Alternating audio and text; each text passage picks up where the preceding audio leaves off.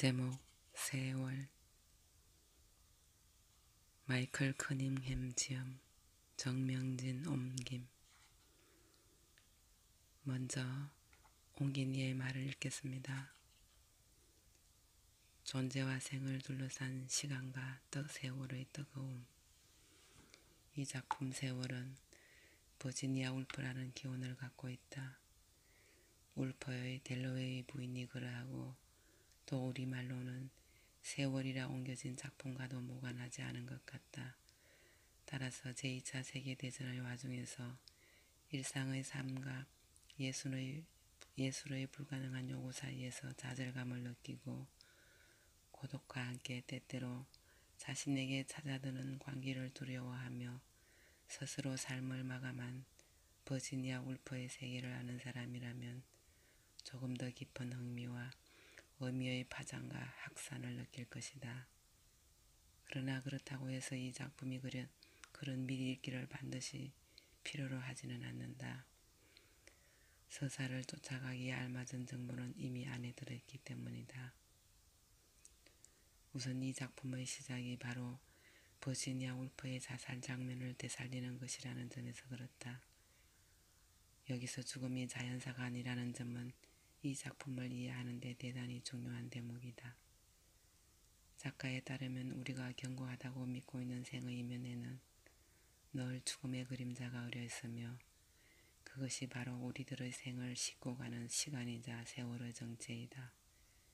그런 세월의 정체를 드러내기 위해 작가는 서로 다른 시대와 장소에서 살아가는 세 사람의 주요 인물들을 내세운다. 우선 자살 장면으로 소설의 문을 여는 울프 부인이 그 첫 번째 인물로 그녀는 1923년의 런던 교외에서 살고 있다. 두 번째 인물은 1949년의 LA에서 사는 로라 브라운 부인으로 또 다른 주인공인 리처드의 어머니이기도 하다. 세 번째 인물은 1990년대의 뉴욕에 살고 있는 델러웨이 부인으로 에이즈에 걸려 자살하는 작가 리처드의 친구다. 소설 세월은 이들 세 명의 여자들이 서로 다른 시간과 장소에서 각기 하루 동안 겪는 일들을 다루고 있다. 이렇게 70여 년의 시차를 두고 런던, LA, 뉴욕으로 이어지는 이 시간과 세월이 암울하고 비관적인 것만은 아니다. 오히려 어떤 점에서는 6월 초여름의 햇살과 함께 운명처럼 어른거리는 죽음의 그림자에도 불구하고 드러나는 포기할 수 없는 생의 가능성, 심지어는 한의가 바로 이 작품의 주제라고도 할 수 있으니까 말이다. 따라서 이 작품이 반드시 위에서 언급한 자신의 기원과 나란히 가는 것은 아니다. 버지니아 울프의 자살이 두 차례의 세계대전을 겪은 영국 부르주아 사회의 혼란과 절망 또는 무기력의 한 단면이라면 뉴욕에서의 죽음은 바로 이 순간 미국 사회가 겪고 있는 다양한 생과 가치관의 충돌의 상징으로 볼 수 있기 때문이다. 작품 속의 대부분의 인물들은 동성애와 에이즈로 대표되는 이 새로운 세기의 징후에 노출되어 있다. 물론 그 두 사이를 매개하는 1949년 LA에서의 브라운 부인, 즉 로라 브라운은 그러한 점에서 벗어나 있다. 하지만 그럼에도 불구하고 타인에게 명확히 포착되지 않는 브라운 부인의 사소한 일탈은 이웃 여자친구 키티와의 연민과 동성애적 감정이 뒤섞인 입맞춤, 그리고 남편의 생일날 일상의 시간에 염증을 느끼고 호텔로 가서 버지니아 울프의 책을 읽고 돌아오는 행위 등등은 뒷날 동성애자가 되어 에이즈와 싸우다 자살하는 아들 리처드를 예고하는 것으로 볼 수 있다. 로라에게 일상으로부터의 일사를 부추긴 계기 또한 바로 버지니아 울프의 자살이라는 점이 마치 암시처럼 주어져 있기 때문이다. 어쨌거나 6월의 런던을 이야기하는 버지니아의 감탄하지 않을 수 없는 아름다운 문장과 그녀의 자살과의 괴리, 그 사이에 놓여있는 것이 바로 생과 시간의 가차없음이며 그것은 문학상 수상에서 알 수 있는 리처드의 문학적 성취와 에이즈로 인한 자살 사이의 괴리에서 다시 반복된다. 뭔가 예사롭지 않은 엄마 로라의 기분을 살피며 아빠 댄의 생일 맞이 케이크를 만드는 일을 곁에서 거들던 리치, 그 순진하던 어린애가 델러웨이 부인이라고 자신 스스로 별명을 붙인 클라리사와 연애를 하고 한편 루이스와 동성애에 빠져 헤어지게 되며 결국은 문학상을 받게 되는 날에 자살로 생을 마감하는 이 50년가량의 세월 속에 현대 미국 사회의, 아니 우리 모두의 가차없는 일상이 놓여있는 것이다. 그런데 이 작품의 진정한 미덕은 바로 그런 극적인 상황을 전혀 가장하지 않는 데 있다. 사랑이라는 이름의 강포하고 부조리한 열정, 동성애와 에이즈, 리처드와 클라리사의 딸 줄리아가 보여주는 히피성 페미니즘 등등 지금 여기의 뜨거운 감자를 다루면서도 그러한 테마를 논리라는 목적 높인 스피커를 통해 정폭시키기보다는 독자로 하여금 작중 인물들의 내면적 심리의 섬세한 결을 어루만지는 언어의 낮은 배움 속에 젖어들게 하는 것이다. 그리하여 마치 잔잔하게 흐르는 강물의 보이지 않는 거대한 에너지가 마지막에는 저 넓은 대양의 파도가 되어 드러나듯 작가의 언어의 끝에서 우리가 확인하는 것은 바로 인간이란 존재와 생을 둘러싼 시간과 세월의 뜨거움인 것이다. 따라서 이 작품은 서사의 큰 줄기보다는 많은 심표와 부연 설명으로 이어지는 인물들의 미묘한 심리적 움직임을 따라가면서 천천히 겹쳐 읽어야 한다. 위에서 지적한 바 있는 로라 브라운의 아주 사소한 사건이 훗날 아들 리치, 즉 리처드의 생과 죽음을 암시하듯 이 작품은 단속적으로 뒤바뀌는 배경과 인물에도 불구하고 아주 섬세한 구조로 짜여져 있다. 그 무연단 듯하면서도 얽히는 심리 속의 사건 혹은 사건 속의 심리를 읽어나가다 보면 이야기 중심인 우리 소설의 가장 커다란 결핍이 무엇인지를 알게 되는 망외의 과실도 얻을 수 있을 것이다. 결국 문제는 고결한 영혼들의 인내와 사랑이며 문제는 그것을 어떻게 말하느냐에 따라서 소음이 되기도 하고 한편의 아름다운 음악이 되기도 한다는 점이다. 우리들의 일상은 그렇게 소음과 가장 아름다운 음악 사이, 재성과 제약 사이에 위태하지만 쉽게 끊어지지 않는 다리처럼 걸쳐 놓여 있다. 어쨌거나 우리가 숨쉬며 함께 묻어가는 생은 마치 오래된 진공관 전축의 바늘이 LP판의 홈을 파듯 시간의 지층 위에 새겨진 장엄한 교향악을 감추고 있는 것. 이 책은 우리가 그것을 꺼내어 들을 수 있는 좋은 기회가 될 것이다. 1999년 10월 정명진. 프롤로그. 그녀는 집을 나서서 길을 재촉하고 있다. 날씨에 비해 지나치게 두터운 코트를 걸치고서. 때는 1941년 또 다른 전쟁이 시작되었다. 그녀는 레너드 앞으로 짤막한 편지 하나를 남겼다. 반에서 앞으로 쪽지를 남기는 일도 있지 않았다. 그녀는 결단을 내고야 말겠다는 표정으로 자신이 무슨 짓을 하게 될지 너무도 잘 안다는 표정으로 강을 향해 가고 있다.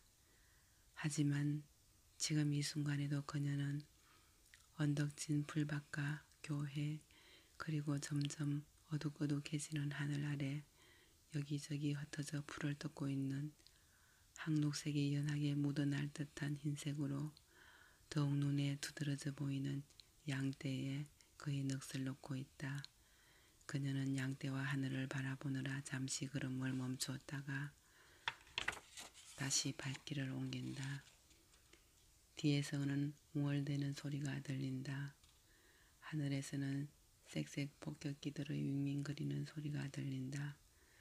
어디쯤 비행기가 날고 있나 찾아보지만 시야에 들어오지 않는다. 그녀는 농장에서 일하는 일꾼 한 사람을 지나친다. 이름이 존이던가. 몸이 건장하고 머리가 작은 그는 감자 빛깔의 조끼를 입고서 고리버들 밭 사이를 흐르는 도랑을 치우고 있다. 그는 그녀를 올려다보다가 고개를 끄덕이고는 다시 갈색 흙탕물로 시선을 떨군다. 강으로 향하는 길에 그 일꾼을 지나치면서 그녀는 고리버들 밭에서 도랑을 치우고 있는 저 사람이야말로 얼마나 성공한 행운아인가 생각해 본다. 그녀 자신은 실패하고 말하는데 말이다. 그녀는 절대로 작가가 아니야. 단지 재능을 타고난 괴짜에 불과해. 여기저기 간밤의 비에 팬 웅덩이 속에 조각난 하늘이 반짝이고 있다. 질퍽한 땅 속으로 그녀의 신발이 약간 빠진다. 그녀는 실패하고 말았어. 이제 이 소리들이 다시 찾아온다. 그녀의 시야를 벗겨난 바로 그 지점에서 그녀의 뒤에서 나직하게 웅얼거리고 있다. 여기인가 하고 그녀가 뒤돌아서면 그 소리는 어딘가로 사라지고 없다. 그 소리들이 다시 찾아오고 두통이 비만큼이나 뚜렷하게 다가오고 있다. 그녀의 존재라면 어떤 것이든 벗어버리고 다시 그녀의 몸뚱이를 몽땅 채워버릴 그런 두통 말이다. 그놈의 두통은 점점 다가오고 있고 폭격기들이 다시 하늘에 나타난 것 같다. 그녀 혼자만 마음속으로 상상하고 있는 것일까? 강둑에 닿은 그녀는 둑을 넘어 강가로 내려간다. 강 위쪽 저 멀리 낚시꾼이 한 사람 있긴 하지만 그는 그녀의 존재를 눈치채지 못할 것이다. 그녀는 돌을 찾기 시작한다. 그녀의 동작이 너무도 민첩하면서도 조직적이어서 마치 그녀는 성공하기 위해서 꼼꼼하게 준수해야 하는 어떤 비책을 따르고 있는 것 같다. 그녀는 어림짐작으로 돼지의 머리통만한 크기와 모양의 돌을 고른다. 그 돌을 집어 한쪽 코트 주머니에 꾸역꾸역 쑤셔 넣을 때까지도 그녀는 싸늘한 돌의 까칠까칠한 감촉과 색깔 그리고 초록색 점이 군데군데 박힌 젖빛이 감도는 갈색을 외면할 수가 없다. 그녀는 강 언저리에 바싹 다가선다. 강은 진흙밭에 울퉁불퉁 난 작은 골마다 이쪽 강둑에서 저쪽 강둑까지 너무도 넘넘하게 펼쳐진 길처럼 옹골차 보이는 한갈색의 얼룩진 물질과는 전혀 딴판인 맑은 물을 채우면서 쉬지 않고 강둑에 잘삭이고 있다. 그녀는 앞으로 몇 걸음 나아간다. 신발은 벗지 않는다. 물은 차지만 참을 수 없을 만큼 시리지는 않다. 그녀는 무릎까지 닿는 물 속에서 잠시 멈춰선다. 그리고 레너드를 떠올린다. 그의 두 손과 턱수염, 입가의 깊은 주름살을 생각해 본다. 그리고 바네사에 대해, 아이들에 대해, 바이타와 에슬에 대해 그렇게 많은 사람들, 그들 모두 실패했어. 그렇지 않은가? 그녀는 그들에게 하릴 수 없는 미안한 생각이 든다.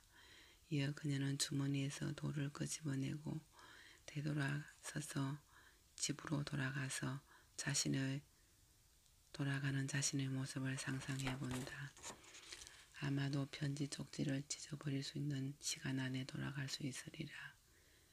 그렇게 그녀는 다시 살아갈 수 있으리라. 마지막 친절을 베풀면서 말이다. 하지만 끊임없이 흘러가는 물에 무릎까지 담그고 서서 그녀는 그런 상상을 뿌리치기로 작정한다. 여기까지 소리가 따라오고 두통이 다시 밀려들고 있지 않은가. 게다가 또다시 레너드와 바네사에게 자신을 맡기게 된다면 그들은 다시는 그녀를 놓아주지 않으리라. 그녀는 그들이 자기를 내버려둬야 한다고 고집한다. 그녀는 엉거주춤한 자세로 허리까지 물이 차오를 때까지 물속으로 걸어 들어간다. 강바닥은 오물투성이다. 강 위쪽으로 흘낏 바라보아도 붉은 상의를 걸친 그 낚시꾼은 그녀를 보지 않는다. 강물의 항색 수면에는 하늘이 음울하게 비치고 있다. 그러자 마침내 진정한 지각의 마지막 순간이 다가온다. 붉은 재킷을 걸치고 고기를 잡고 있는 한 남자와 투명한 물에 비친 구름 낀 하늘. 부지불식간에 그녀는 발걸음을 옮겼는지 아니면 발부리가 걸렸는지 앞으로 넘어진다. 돌이 그녀를 물속으로 끌어당긴다. 그럼에도 불구하고 잠시 동안은 아무 일도 아닌 듯하다. 또 다른 실패처럼 보인다. 쉽게 헤엄쳐 나갈 수 있는 차가운 물일 뿐이다. 그러나 바로 그때 소용돌이가 휘감아 돌면서 그녀를 낚아챈다. 급작스럽고 힘찬 물살은 마치 건장한 남자가 강바닥에서 솟아나와 그녀의 두 다리를 자신의 가슴 쪽으로 잡아당기는 듯이 느껴진다. 모든 것이 사람이 하는 것처럼 느껴진다. 그리고 1시간 뒤 그녀의 남편이 정원에서 돌아온다. 부인은 외출했어요. 금방 돌아오시겠다더군요. 하녀가 푸석푸석 털먼지를 토해내는 낡은 베개를 떨어뜨리며 말한다. 레너드는 뉴스를 들으려고 2층 거실로 올라간다. 탁자 위에서 거의 앞으로 된 파란색 봉투를 하나 발견한다. 봉투 안에는 편지가 한 장 담겨 있다. 여보, 또다시 미치고 말 거라는 확신이 느껴져요. 또 한 차례의 어려운 고비를 이제는 잘 넘길 수 없을 것 같아요. 그리고 이번에는 회복될 것 같지도 않고요. 다시 그 소리가 들리기 시작하고 정신을 집중할 수가 없어요. 그래서 저는 최선의 길을 찾고 있어요. 당신은 나에게 이 세상에 있을 수 있는 가장 위대한 행복을 주었어요. 모든 면에서 이상형이었어요. 저는 이 지독한 병이 닥치기 전까지의 우리보다 더 행복했던 사람들이 있었다고는 생각할 수 없어요. 그 병과는 더 이상 싸울 수가 없어요. 알고 있어요. 제가 당신의 삶을 망가뜨린다는 것을. 저 없이도 당신은 일을 잘 꾸려왔다는 것을. 그리고 앞으로도 그러리라는 것을. 당신도 알다시피 이 편지조차도 제대로 쓸 수 없어요. 읽지도 못해요. 내가 하고 싶은 말은 내 인생의 모든 행복이 당신 덕택이었다는 거예요. 당신은 나를 더없는 인내심으로 참아주었고 믿기 어려울 만큼 잘 대해주었어요. 이 말을 남기고 싶군요. 모두가 그 사실을 알고 있다는 것을. 만약 누군가가 나를 구해줄 수 있었다면 그 사람은 바로 당신이었을 거예요. 나에게서 모든 것이 사라졌지만 당신의 선량함에 대한 확신만은 남아있어요. 저는 더 이상 당신의 삶을 망칠 수 없어요. 저는 생각할 수 없어요. 우리보다 더 행복할 수 있었던 두 사람이 있을 수 있다는 것을. 버지니아로부터. 레너드는 방을 박차고 나와 계단을 뛰어내려간다. 그가 하녀에게 말한다. 울프 부인에게 좋지 않은 일이 벌어진 것 같다. 자살을 시도했을지도 몰라. 어느 길로 갔지? 부인이 집을 떠나는 걸 보았나? 하녀는 겁에 질려 울기 시작한다. 레너드는 집을 뛰쳐나가 교회와 양떼, 고리버들 밭을 지나 강 쪽으로 향한다. 강둑에 이르렀건만 붉은 재킷을 입은 고기 잡는 남자 외에는 아무도 보이지 않는다. 그녀는 급류를 타고 빠르게 떠내려간다. 쭉 뻗은 두 팔, 물살에 흘러내린 머리카락, 본 곳이 부풀어 오른 모피코트 자락 때문에 기이하기 이를 데 없는 그녀는 마치 날고 있는 것처럼 보인다. 그녀는 갈색 곡식 나달처럼 강물에 부서지는 빗무리를 뚫고 무겁게 떠내려간다. 그녀는 그렇게 멀리까지 떠내려가지는 못한다. 그녀의 두 발이 신은 이미 사라지고 없다. 이따금 강바닥을 긁어대면 수면에 시커먼 나뭇잎 잔해가 가득한 쓰레기 구름이 피어올랐다가 그녀가 보이지 않을 만큼 멀리 흘러간 뒤에도 쉽게 사라지지 않는다. 그녀의 머리카락과 모피코트에 지푸른 잡초들이 걸리고 두터운 잡초 조각이 한동안 그녀의 두 눈을 가렸다가 떨어져 나와 꼬였다가 풀리고 풀렸다가는 다시 꼬이면서 흘러간다. 마침내 그녀는 사우스이저의 다리를 떠받치고 있던 말뚝 하나에 걸려 떠내려가기를 멈춘다. 물살이 그녀를 떠밀며 흔들지만 그녀는 땅땅을 막한 사각 기둥 밑에 등은 강 쪽으로 돌리고 얼굴은 돌에 맞대고 단단히 자리 잡는다. 그곳에서 그녀는 접혀진 한쪽 팔을 자신의 가슴에 얹고 다른 팔은 엉덩이 위로 물살에 내맡긴 채 그렇게 물살에 흔들리고 있다. 그녀 위로 얼마만큼의 거리를 두고 찰랑이는 수면이 빛을 받고 있다. 그곳 강물에는 구름으로 무겁게 내려앉은 흰색 하늘이 때마침 허공을 가로지르는 까맣기 때로 인해 칼로 도려낸 듯한 자국을 드러내며 하늘하늘 투영되고 있다. 다리 위를 자동차와 트럭들이 우르르 쿵쿵 달린다.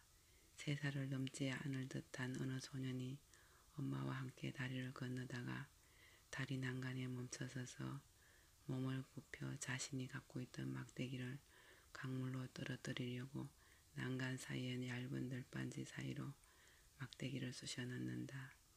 엄마가 길을 재촉하지만 그 아이는 한동안 고집스레 그곳에 서서 물살이 막대기를 삼키는 모습을 지켜본다. 제2차 세계대전 초기의 어느 날 그들은 이렇게 여기 있다. 소년과 그의 엄마는 다리 위에 있고 막대기는 물 위를 떠내려가고 버지니아의 시신은 마치 물 위를 소년과 그의 엄마를 하늘과 까마귀 떼를 꿈꾸고 있는 듯 강바닥에 걸려있다. 짙은 황록색 트럭 한 대가 군복을 입은 군인들을 가득 싣고 다리를 건너는데 군인들은 방금 막대기를 던진 그 소년에게 손을 흔들고 있다. 소년도 손을 흔들어 답한다. 그 소년은 군인들을 더 자세히 볼 수 있도록 엄마한테 자기를 들어 올려달라고 조른다. 그러면 그 소년도 군인들에게 더 잘 보일 수 있을 것이다.